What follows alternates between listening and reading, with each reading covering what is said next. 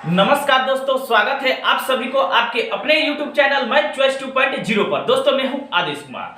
दोस्तों मैं आज आया हूं आप लोगों के बीच में बिहार पुलिस के मैथ के प्रश्नों को लेकर। हाँ, अगर इसके पहले का वीडियो मेरा नहीं देखे हैं बिहार पुलिस के मैथ का, तो इस वीडियो के डिस्क्रिप्शन बॉक्स में उस वीडियो का लिंक दे दिया हूं, आप लोग वहां से भी जाकर देख सकते हैं।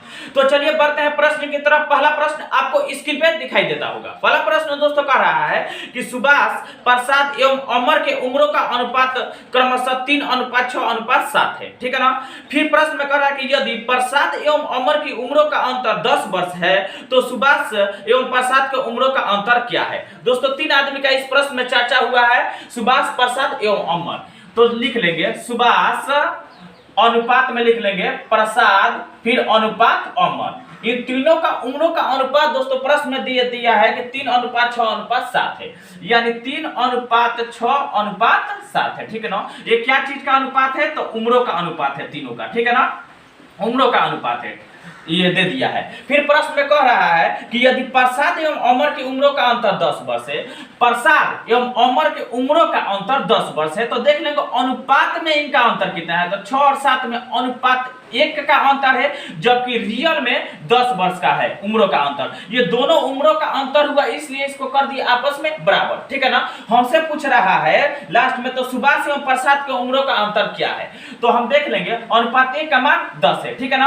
अगर 1 के जगह अगर दूसरा कोई संख्या रहता तो अनुपात 1 का मान निकालने के लिए जो बराबर उधर संख्या रहता है इतना में क्या करते हैं, भाग कर देते हैं, तो अनुपात 1 का मान निकल जाता है। लेकिन ऑलरेडी यहाँ पर अनुपात 1 है तो अनुपात 1 का मान 10 है, तो हम नहीं निकाले अनुपात 1 का मान। ठीक है ना। तो अब देख लेंगे अनुपात 1 का मान 10 है तो अनुपात 3 का मान कितना होगा, तो गुणा करेंगे 10 तिहाई 30। ठीक है।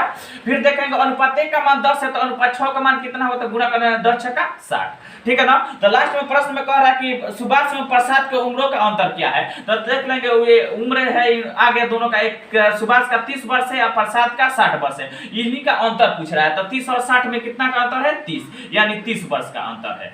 यानी सुभाष एवं प्रसाद के उम्रों का अंतर दोस्तों कितना है, 30 वर्ष का। यही प्रश्न में पूछा है, यानी ऑप्शन डी इस प्रश्न का सही उत्तर होगा। तो अब चलिए दूसरे प्रश्न को देखते हैं। दूसरा प्रश्न दोस्तों कह रहा है कि एक कक्षा में कुल छात्रों की संख्या 65 है। ठीक है ना। एक कक्षा में यदि कक्षा में लड़कियों की कुल संख्या 35 है तो कुल लड़कों की संख्या और लड़कियों की कुल संख्या का अनुपात निम्न में से क्या होगा। ठीक है ना दोस्तों। एक कक्षा में कुल छात्रों की संख्या 65 दिया है, यानी टोटल ऑफ स्टूडेंट, यानी टोटल स्टूडेंट उस कक्षा में कितना है, तो 65 है। ठीक है ना। फिर प्रश्न में कह रहा है कि यदि कक्षा में लड़कियों की संख्या 35 है, यानी गर्ल्स, यानी लड़कियों की संख्या तो कितना है दोस्तों, 35 है। ठीक है ना। तो हमसे पूछा है लास्ट में फिर प्रश्न में कुल लड़कों की संख्या और लड़कियों की कुल संख्या का अनुपात निम्न से क्या होगा।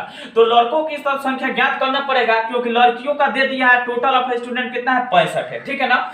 तो हम इसको निकालने के लिए टोटल स्टूडेंट में से लड़कियों की संख्या को क्या करेंगे, घटा देंगे, तो लड़कों का संख्या क्या होगा, निकल जाएगा, यानी बॉयज, यानी लड़कों की संख्या निकल जाएगा। तो 65 में से 35 जब घटाएंगे तो कितना बचेगा, 30 बचेगा। यानी उस कक्षा में लड़कियां क्या है, 35 है, और लड़कों कितना है, 30 है। ठीक है ना दोस्तों। दोनों को जोड़ेंगे तो 65 हो जाएगा कि नहीं, हो जाएगा। ठीक है ना दोस्तों। तो हमसे पूछा है प्रश्न में लड़कों की संख्या और लड़कियों की कुल संख्या का अनुपात क्या होगा। तो देखेंगे लड़कों क्या लड़कों की संख्या और लड़कियों की कुल संख्या, तो लड़कों की कुल संख्या क्या है, 30 है। फिर अनुपात कह रहा है तो अनुपात लिखेंगे, और लड़कियों की कितना है, 35 है। इन दोनों का अनुपात में पूछा है। ठीक है ना। ऑप्शन दे दिया है तो इसको काटेंगे, एक संख्या से काट देंगे, 5 से कट जाएगा, 5 छक्का 30, अनुपात 5 7 35। तो इनका अनुपात लड़कों और लड़कियों का अनुपात दोस्तों 6:7 होगा। ठीक है ना दोस्तों। यानी ऑप्शन डी इस प्रश्न का सही उत्तर होगा। तो अब चलिए तीसरा प्रश्न को देखते हैं। तीसरा प्रश्न दोस्तों कह रहा है कि 4 बहनों की औसत आयु 7 वर्ष है। ठीक है ना दोस्तों। यदि हम माता की आयु को जोड़ते हैं तब औसत आयु 6 वर्ष बढ़ जाती है, तो माता की आयु ज्ञात कीजिए। ठीक है ना दोस्तों। औसत से संबंधित यह सवाल है। तो औसत में हम पढ़ते हैं योग बराबर, दोस्तों योग बराबर होता है एवरेज इनटू एन होता है। ठीक है ना दोस्तों। तो कह रहा है कि 4 बहनों की औसत आयु 7 वर्ष है, यानी 4 गो लोग हैं, यानी 4 बहनों का औसत आयु 7 वर्ष है। तो हम जब गुणा करेंगे तो 7 चौक 28, टोटल योग कितना होगा, 28 होगा। ठीक है ना दोस्तों। जब गुणा कर देंगे 4 बहनों का। अब क्या कहा, फिर प्रश्न में कहा यदि हम माता की आयु को जोड़ते हैं तो पहले 4 लोग थे, अब एक माता आ गई तो कितने लोग हो जाएंगे, जाएंगे तो 5 लोग हो जाएंगे, ठीक है ना दोस्तों। इनका औसत आयु, तो औसत आयु में 6 वर्ष बढ़ जाती है माता की आ जाने से, ठीक है ना।